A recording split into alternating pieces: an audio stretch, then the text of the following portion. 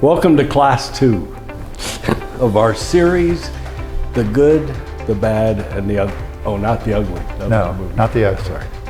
So this is the week on bad, and our discussion had very quickly gone from bad to evil. But this is all discussion about there is bad in the world. There is bad things that happen. So what? You know, what caused it? What do we do about it? So let's start that discussion now. Yeah, so what do you think about evil, Bob? Where did evil come from? And does evil exist? Or does it even exist? Some people don't think evil exists. Yeah, because I think you brought up a quote that, or a belief that evil is the absence of good. So is evil actually close to darkness? Because darkness doesn't exist, right? Yeah. Darkness is the absence of light. Evil, is it the absence of good? Or is it something unto itself? Yeah, well, you know, thinking about someone way smarter than me, there's a philosopher called Augustine, and he was a famous Christian writer back in the 300s and 400s. And he said that, you know, evil is the lacking of something. And so if it's the lacking of something, it can't be a thing in and of itself, right? And so if it can't be a thing in and of itself, then God can't be the author of it. It's like if you have a hole in your pants, right? The hole is not a thing in itself. It's only a hole because it's part of the pants. But now the holes are a fashion statement. There they are. It messes up your whole idea. Yeah. So I think you know, and I have a hard time talking about evil without talking about good, because I don't think evil exists if good doesn't exist. And you know, last week we talked about good and God being the author of good. Everything God does is good. And so evil starts to become where God is not present and God's will is not being followed. That then, I think, creates the hole in your pants that we call evil that we have to experience. Yeah. So is this the result?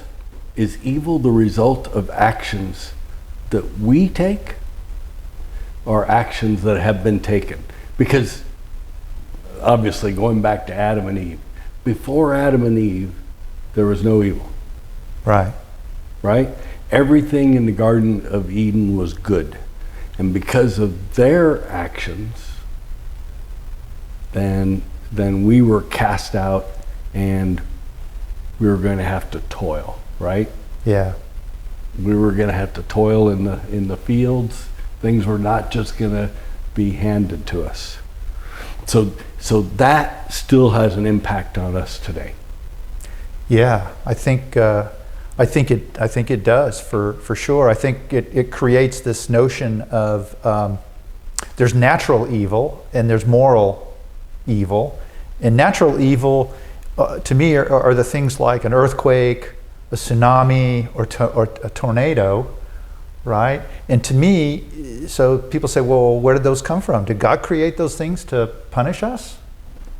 And I think that then goes back to the Adam and Eve story, which is, no, God didn't create those things. God created the Garden of Eden where everything was perfect and good, and man messed that up.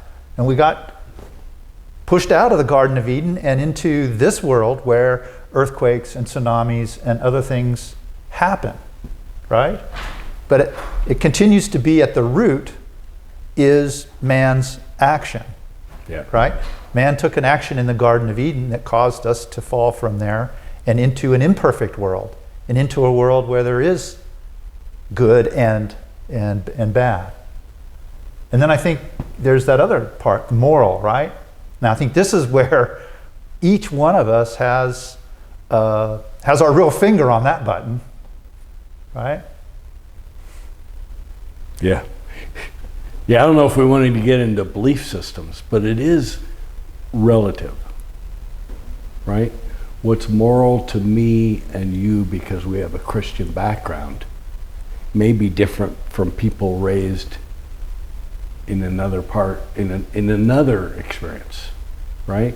So what is wrong to us may actually be a survival technique for them. It may be, so, yeah. So I think the moral evil is tougher because then you're judging.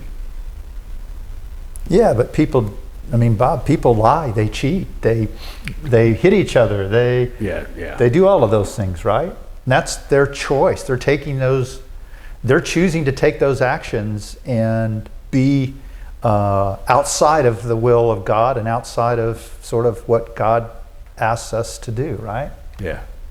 Yeah, there's definitely people taking actions and that they're evil. I think there are just some cases where people are taking actions that we perceive to be evil because we don't understand where they came from. It's not quite as black and white as many circumstances.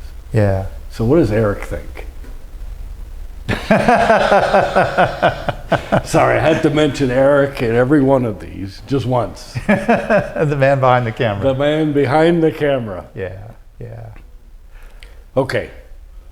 So I think that kind of sets up the discussion. So when we do this class, we'll talk a little bit more in depth and it'll be a little more structured so that you don't get the ramblings like what happened today. Yeah, I think we can, we'll dig out some stuff from the Bible, and God certainly has a lot to say about this topic, and I think it's important for us to talk about, well, what is our response to evil? Sometimes we're the cause of it, but sometimes we're not. Sometimes it's someone else is causing some evil or some bad in the world, and then, well, what does God ask us to do in that case? And if there's one reason we're going to discuss this is to improve our response, right? We're always looking to do a better job of responding to when bad happens, when evil happens. Yeah. So I think it's, just remember, last week we talked about God is good. Everything God does is good, but there is evil in the world. And God's not the cause of that. Most of the time it's because of some action or choice that man has made that causes that evil. And so, I think we can do two things. Our call to action here is don't be evil. And when there is evil, there's sometimes good that you can bring to that situation. So with that, we'll see you guys on Sunday, and we'll dig into this topic a little bit more. Okay. Bye-bye. Bye.